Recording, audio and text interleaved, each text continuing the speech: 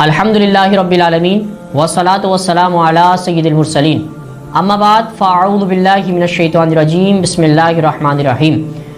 آج الحمدللہ ہم 14واں روزہ افطار کرنے کی طرف بڑھ رہے ہیں اور سورہ فاتحہ کے بارے میں نے آپ کو لاسٹ ٹائم بتایا تھا کل کے درس میں۔ سورہ فاتحہ شفا ہے، اگر کسی بیمار پہ پڑھ کے دم کر جائے تو اس کو شفا حاصل ہو جاتی ہے، قرآن پاک سے شفا حاصل ہوتی ہے۔ اب گھر کی حفاظت کا ذریعہ کیا ہے؟ قرآن پاک سے۔ حضرت عبداللہ ابن مسعود حدیث شریف ہے رضی اللہ تعالیٰ سے روایت ہے، حضور نبی اکرم صلی اللہ علیہ وسلم کی بارگاہ میں ایک شخص حاضر ہوا اور عرض کی یا رسول اللہ صلی اللہ علیہ وسلم مجھے ایسی چیز سکھائیں جس سے مجھے اللہ تبارک و تعالیٰ نفع دے۔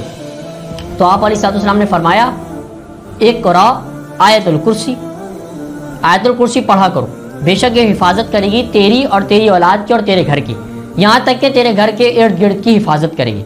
تو معلوم ہوا آیت الکرسی جان کی حفاظت کا ذریعہ ہے، آیت الکرسی مال کی حفاظت کا ذریعہ ہے، آیت الکرسی گھر کی حفاظت کا ذریعہ ہے، آیت الکرسی گھر کے آس پاس کے محلے اور تمام چیزوں کی حفاظت کا ذریعہ ہے، بلکہ قبر میں بھی حفاظت کا ذریعہ ہے۔ بخاری شریف کی اور حدیث ملاحظہ ہوں، حضرت ابو ہریرہ رضی اللہ تعالیٰ سے روایت ہے کہ حضور نبی کریم رؤوف الرحیم صلی اللہ علیہ وسلم نے مجھے رمضان المبارک کے صدقہ فطر گلے کی حفاظت کے لیے مقرر فرمایا۔ رات کو ایک آنے والا آیا، گلے کے ڈھیر سے بوری بھرنا شروع کر دی، تو میں نے اسے پکڑ لیا اور کہا میں تجھے رسول اللہ صلی اللہ علیہ وسلم کی بارگاہ میں لے جاؤں گا۔ کہنے لگا انی محتاج، میں محتاج ہوں، وعلی عیال، اور مجھ پر میرے عیال ہیں، ولی حاجت، اور مجھے سخت حاجت ہے۔ حضرت ابو ہریرہ رضی اللہ تعالیٰ عنہ فرماتے میں نے اسے چھوڑ دیا۔ صبح جب میں حاضر خدمت ہوا تو حضور اکرم صلی اللہ علیہ وسلم نے ارشاد فرمایا یا ابا ہریرہ ما فعل اسیروں کا، اے ابو ہریرہ گزشتہ رات تیرے چور نے کیا کیا؟ میں نے عرض کی یا رسول اللہ صلی اللہ علیہ وسلم میں نے اسے پکڑا لیکن اس نے کہا میرے ساتھ بال بچے ہیں، میں سخت حاجت میں ہوں، پریشان ہوں، یہ اس نے مجھے شکایت کی تھی، مجھے رحم آیا، میں نے اسے چھوڑ دیا۔ تو نبی کریم علیہ السلام نے ارشاد فرمایا خبردار، بے شک اس نے تجھ سے جھوٹ کہا ہے اور وہ عنقریب لوٹے گا۔ حضرت ابو ہریرہ رضی اللہ تعالیٰ فرماتے میں نے سمجھ گیا یقیناً وہ لوٹے گا، میں اس کا منتظر رہا۔ اگلی رات وہ آیا، گلہ بھرنا شروع کیا تو میں نے اسے پکڑ لیا اور کہا آج تجھے میں نبی کریم علیہ السلام کی بارگاہ میں لے کر جاؤں گا۔ کہنے لگا مجھے چھوڑ دو، میں محتاج ہوں، میرے اہل و عیال ہیں اور میں پھر کبھی نہ لوٹوں گا۔ مجھے رحم آیا، میں نے پھر چھوڑ دیا۔ اگلی صبح جب میں حضور کی بارگاہ میں حاضر ہوا تو حضور علیہ السلام نے فرمایا ابو ہریرہ تیرے ساتھ چور نے رات کیا معاملہ فرمایا؟ کہا کہ اس نے مجھے کہا کہ مجھے حاجت ہے، میں محتاج ہوں، میرے ساتھ اہل و عیال ہیں، میرے پر مجھے اس کے اوپر رحم آیا اور میں نے اس کو چھوڑ دیا۔ تو حضور علیہ السلام نے پھر فرمایا کہ اے ابو ہریرہ خبردار، وہ پھر لوٹے گا۔ حضرت ابو ہریرہ رات پھر منتظر رہے اور وہ شخص پھر لوٹا اور اگلی رات میں اس کا انتظار میں رہا، وہ پھر گلہ بھرنا شروع کر دیا۔ تو پھر حضرت ابو ہریرہ نے اسے پکڑا اور کہا کہ میں حضور علیہ السلام کے پاس آج تجھے ضرور لے کر جاؤں گا۔ یہ تیسری رات تھی تو کہتا ہے میں پھر نہیں لوٹوں گا، میں پھر نہیں لوٹوں گا۔ کہنے لگا مجھے چھوڑ دو، میں چند کلمات طیبات سکھاتا ہوں جن کی برکت سے تجھے اللہ تبارک و تعالیٰ نفع دے گا۔ تو جب تو بستر پر آرام کرے تو آیت الکرسی پڑھ لیا کر، بے شک اللہ تعالیٰ کی طرف سے ایک حفاظت کرنے والا تجھ پر مامور رہے گا اور صبح تک تیری پاس شیطان نہ بھٹکے گا۔ بس میں نے اسے چھوڑ دیا اور صبح رسول اللہ صلی اللہ علیہ وسلم کی بارگاہ میں حاضر ہوا۔ ابو ہریرہ فرماتے ہیں آپ علیہ السلام نے فرمایا تیرے چور نے کیا کہا؟ میں نے عرض کی کہ اس نے مجھے چند کلمات سکھاتا ہوں جن سے اللہ تعالیٰ نے تجھے نفع دے گا۔ آپ نے فرمایا بے شک اللہ تعالیٰ کا کلام برحق ہے، اس نے یہ سچ کہا ہے حالانکہ وہ خود جھوٹا ہے۔ آپ علیہ السلام نے فرمایا کیا تو جانتا ہے جو 3 راتوں تیرے پاس آ رہا تھا وہ کون ہے؟ میں نے عرض کیا نہیں۔ فرمایا وہ شیطان تھا۔ بخاری شریف کی حدیث ہے۔ اس حدیث پاک سے معلوم ہوا کہ گزشتہ اور آئندہ کی خبریں نبی علیہ السلام رکھتے تھے۔ حضور علیہ السلام کو اللہ تعالیٰ نے علم غیب عطا فرمایا۔ حضور علیہ السلام چور کو جانتے تھے۔ حضور علیہ السلام نے آیت الکرسی کے وظیفے پر مہر تصدیق فرما دی اور ارشاد فرمایا وظیفہ سچا ہے، یعنی آیت الکرسی پڑھنے سے ہر قسم کی حفاظت ہو جاتی ہے۔ آیت الکرسی گھر کی حفاظت کا ذریعہ ہے، آیت الکرسی مکان کی حفاظت کا ذریعہ ہے، آیت الکرسی جان کی حفاظت کا ذریعہ ہے، آیت الکرسی مال کی حفاظت کا ذریعہ ہے، آیت الکرسی قبر کی حفاظت کا ذریعہ ہے۔ اور اللہ تبارک و تعالی ہمیں قرآن حکیم کو پڑھنے اور سمجھنے کی توفیق عطا فرمائے۔ اس کے بعد یہ تو قرآن کی اہمیت اور فضیلت تھی، تلاوت قرآن کے بارے میں کیا ہے؟ قرآن پاک میں اللہ نے فرمایا انہ لقرآن کریم فی کتاب مکنون لا یمسہ الا المطہرون۔ اللہ نے فرمایا کہ بے شک عزت والا قرآن ہے، اسے نہ چھوئے مگر وضو کے ساتھ پاک لوگ۔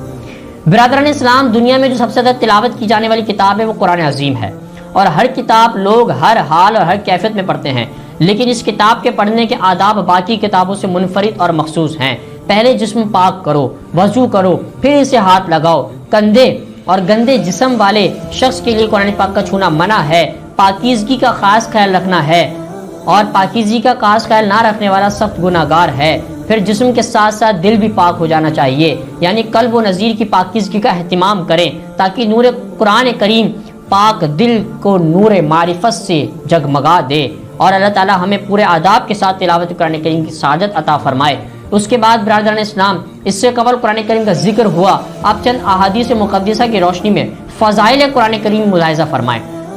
ترمذی شریف کی حدیث ہے اور نسائی شریف میں موجود ہے، حضرت عثمان بن عفان رضی اللہ تعالیٰ عنہ سے روایت ہے، حضور نبی کریم علیہ الصلوۃ والسلام نے ارشاد فرمایا ہے، تم میں سے بہتر شخص وہ ہے جو قرآن سیکھے اور دوسروں کو سکھائے۔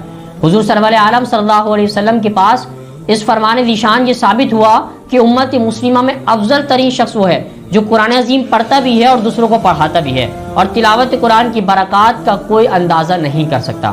حضرت سعید بن سلیم رضی اللہ تعالیٰ سے روایت ہے، جو شخص قرآن پاک کو حاصل کرے پھر کسی دوسرے شخص کو جس نے دنیا کی کوئی چیز یا کوئی عہدہ حاصل کی ہو اور اپنے سے اسے افضل سمجھے، اس نے قرآن کریم کی تحقیر کی، گویا کہ قرآن کریم کی نعمت اور دولت ہر چیز سے، ہر دنیا عہدے سے افضل ہے۔ قرآن کریم کا پڑھنے والا افضل، قرآن کا پڑھانے والا افضل، قرآن میں غور کرنے والا افضل، قرآن کے معنی سمجھانے والا افضل، قرآن کی تفسیر پڑھنے والا افضل، قرآن کی تفسیر پڑھانے والا افضل، قرآن کی تعلیم حاصل کرنے والا افضل، قرآن کی تعلیم دینے والا سب سے افضل، قرآن کی تعلیم حاصل کرنے والا سب سے افضل، قرآن سب کتابوں سے افضل ہے، قرآن کی شان سب چیزوں سے افضل ہے، قرآن کا پڑھنے والا عرش کے سائے میں ہوگا۔ تلاوت قرآن سے محبت کے خدا اور خدا سے محبت بڑھتی ہے، اس لیے قرآن پاک پڑھیں، اولاد کو پڑھائیں، عزیز و اقارب کو پڑھائیں، مسلمانوں کو پڑھائیں اور افضلیت کا درجہ پائیں۔ قرآن کریم ایک ایسی واحد کتاب ہے جو اللہ تبارک و تعالیٰ نے ہمارے نبی مکرم صلی اللہ تعالیٰ علیہ وسلم پر اتاری ہے، اور جبریل امین اس کو لے کر کے حاضر ہوئے۔ اللہ تبارک و تعالیٰ نے اس کو جب اپنے نبی مکرم صلی اللہ علیہ وسلم پر اتارا تو ساتھ ساتھ احادیث سے بھی ہم نے ملاحظہ فرمایا۔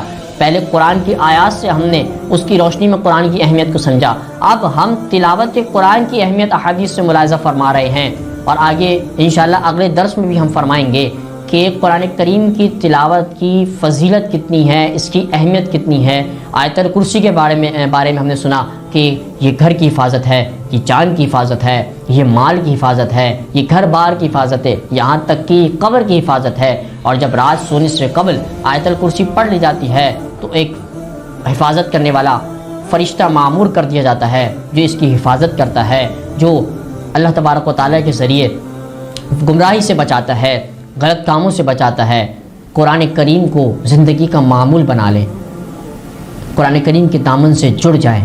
قرآن کریم اللہ تبارک و تعالیٰ کی ایک ایسی عظیم کتاب ہے کہ جس کو اللہ تبارک و تعالیٰ نے ذمہ داری خود نبھائی اور کہا کہ اس کی ذمہ داری ہمارے اوپر ہے اور ہم اس کے خود ذمہ دار ہیں، کسی قوم کو نہیں دیا۔ توریت کی حفاظت قوم کو دے دی، انجیل کی حفاظت قوم کو دے دی، زبور کی حفاظت قوم کو دے دی، صحائف کی جو حفاظت تھی وہ قوم کے حوالے کری، تو آج ہمیں وہ تحریف ملتی ہیں، رد و بدل ملتے ہیں، چینجنگ ملتی ہے، اور اللہ تبارک و تعالیٰ کی جو اصلی کتابیں اللہ نے اتاری تھیں وہ آج اپنی اصلی حالت میں موجود نہیں ہیں۔